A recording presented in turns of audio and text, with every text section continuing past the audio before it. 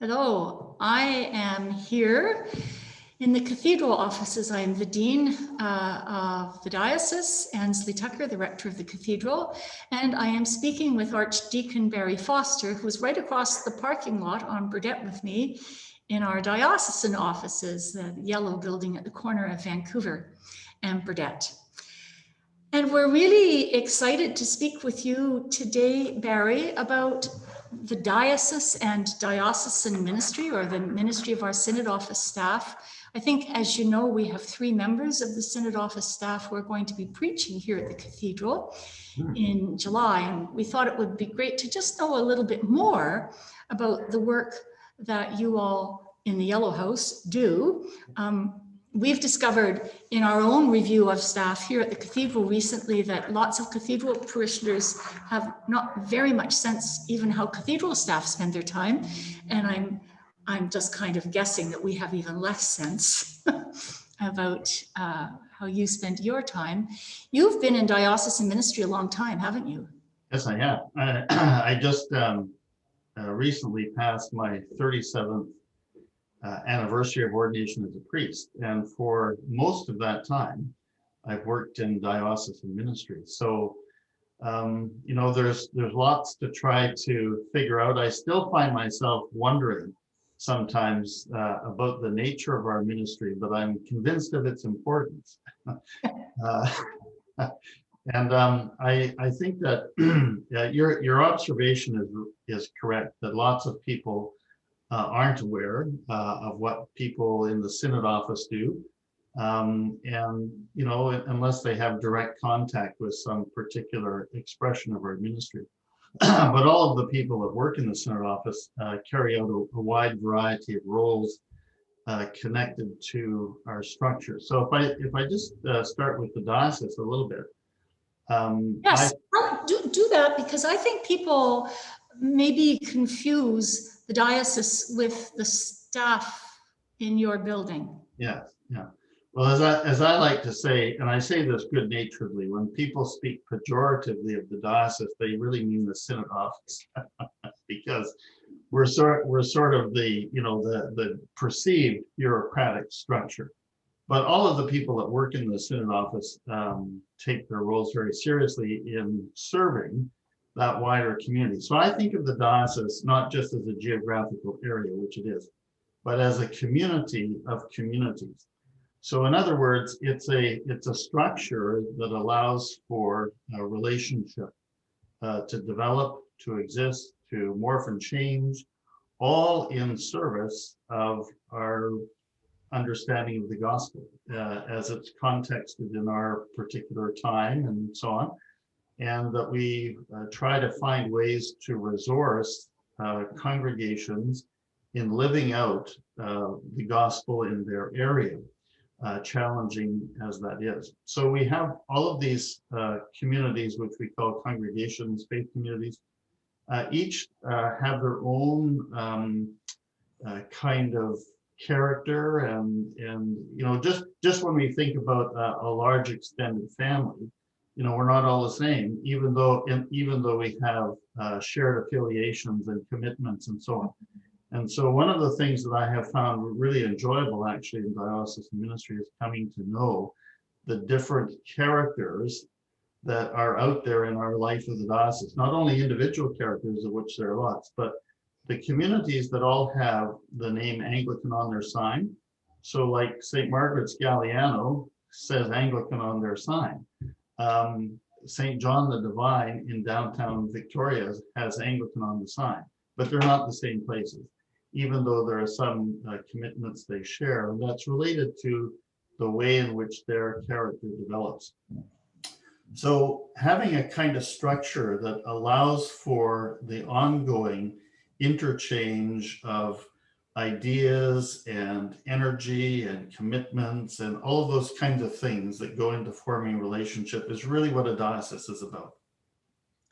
And what about the Synod Office? What kind of, the folks who work in the Synod Office, what sorts of particular roles do they have? Well, I was listing some of them earlier this morning, just in preparation for the conversation. And so for instance, thinking about Brendan Nielsen as our vision animator, well, vision animation is a pretty broad kind of title. In fact, he works with lots of congregations in different ways. You might say it's about congregational development in one sense, but it's also coming to understand what does it mean to have a vision as a diocese and how does that get local expression.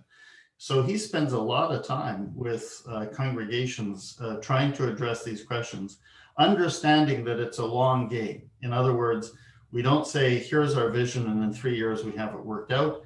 It's something that takes place over a long period of time and growing understanding of what that is. And it's the sort of thing that if you didn't have a person who was addressed to that sort of thing, congregations would be quite often be on their own trying to figure that stuff out. And some would and some wouldn't and all that. So, I mean, it's a great benefit to us, I think, to have somebody who can focus in on those kinds of issues. And, we have the bishop's office, which involves several staff, including me. Just to highlight one thing, one of the important elements of that office is dealing with pastoral transitions and how we deploy clergy in the life of the diocese, and whether we have, ordained clergy in every community, or whether there's some kind of sharing, or we have lay leaders who are trained to assist in worship, pastoral care, education with the assistance of a priest somewhere else, etc. So there are all kinds of issues around the deployment of clergy that occupy a fair bit of our time. And the bishop fundamentally has the role of setting direction for the diocese, which then brings about all kinds of other things that flow from that. So for instance, one example is Bishop Anna wants us to be focusing on racism and how that has become woven into the fabric of Canadian life, how it affects us, how we reflect on our participation in policies that have been racist and all that kind of stuff, and what is the role the church has in our contemporary setting to begin to unravel some of that and to understand it and to begin to find ways to change it positively. So that's just one example of the bishop setting direction for the life of the diocese and all of these relationships that we are working on. Of course, we have the finance department, critically important, not only for payroll, which actually is a fairly significant piece of work for all of the people in the diocese, not just clergy, but clergy lay in the diocese who are employed and like to be confident that their payroll is handled properly, and etc. Right. So we all participate in that through the auspices of the diocese, right? Right. Yeah. And then there's the managing of our resources. There's the whole property dimension. We have a lot of property in the diocese that needs to be stewarded, and there are guidelines for that. There are insurance issues, all kinds of things that come up around those elements of our life. And there are all sorts of programs that are connected to the Synod Office. So just to mention one is the refugee program, which involves 4 part-time staff. And, it's a fairly significant piece of work that, again, if you don't have any contact with it, you may not have the sense of what all is involved and how significant it is. Like our university chaplaincy, it's another ministry that's connected with the Synod Office because it flows out of the bishop's ministry. One of the great places to connect with young people, we're often talking about where they are. Well, university and colleges is a great place to make that meeting, and it's important for us to be present there. So there's a lot that the diocesan staff manage and make sure takes place. That's clear. I'm aware that I joke about this. Once a month, I bring a little check across the parking lot from our office to your office, and it's for $15,000. Yeah.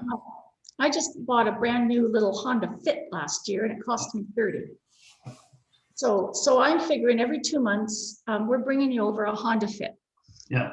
And every once in a while, people would like me to justify why we are giving so much money to the diocese, and what do we get for that? So I think I've heard a little bit about what we get for that actually comes right back to us in terms of payroll, or you manage our electronic giving, and we pay no bank fees on that. Our linked banking system, which provides an enormous line of credit to us when we need it without any rigmarole. Access to advice and counsel when we need it around HR issues, for instance, or insurance, and so on.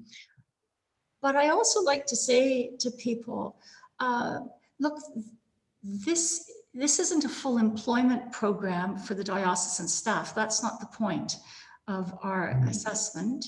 The point of our assessment is that we are pooling resources, not only to make sure that those ministries you've described are available, not just to us, but to everybody who needs them. But there are also some good things happening with that money, right? So, I mean, you mentioned university chaplaincy. My understanding is that we also provide funding for ministry, for example, in the north, and at our provincial level, and also to the work of the national church. Is that right? Yeah. So about 25% of the assessment that the diocese receives goes outside of the diocese to assist the national church and things in the wider church community, and things that we cannot do. So, for instance, you know, the role that the national church has around doctrine and worship, and you know, those sorts of things, we support that. All of the dioceses, you know, pay an assessment to the national church, to the province, etc. I think the main thing about it is it's a concrete expression of our commitment to the ministries that we share locally and abroad. And of course, some of that flows through to other work that takes place outside of the Anglican Church of Canada as well, perhaps not as much as it used to in the past. But nevertheless, the important thing is that check that you walk across the parking lot is actually about our commitment to values that we share around how ministry happens in the world. And it is an expression of our commitment to loving God's world in the way that we can, and with the means that we can.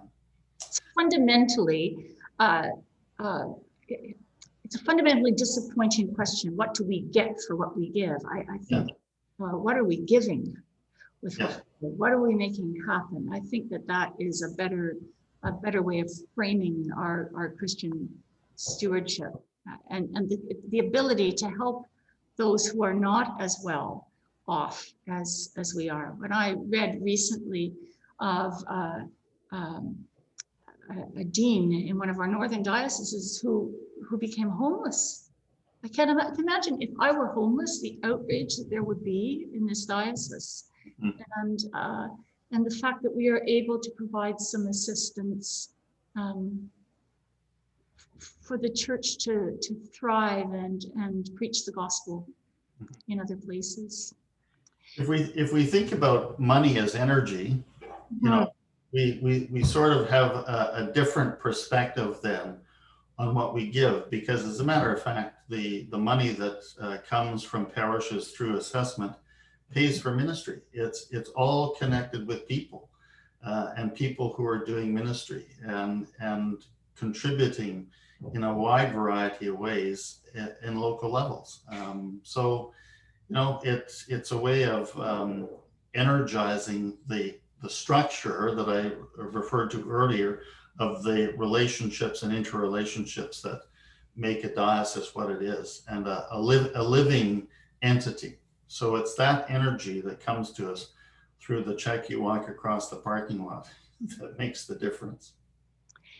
So we probably need to wind this up, but I would like to say that for the year and a bit which I spent as the diocesan administrator, I was able to watch at close hand how hard our diocesan staff work and the complexity and number of issues that arrive on your desks every day, and you deal with good humor, the things that you make possible for us. We didn't mention so far, for instance, all the advantages we have through our communications department.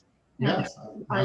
Our Zoom license, which is paid for, and our website license, which is paid for, and our capacity to integrate all of that stuff, which could only have been organized centrally.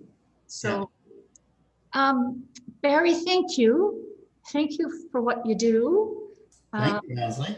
And thank you for spending some time. Barry, for those of you who don't know, because we've been closed on Sundays for so long, Barry is actually an honorary assistant here at the Cathedral too. So it's been great to chat with you, and we'll see you around. We'll see you soon. Okay.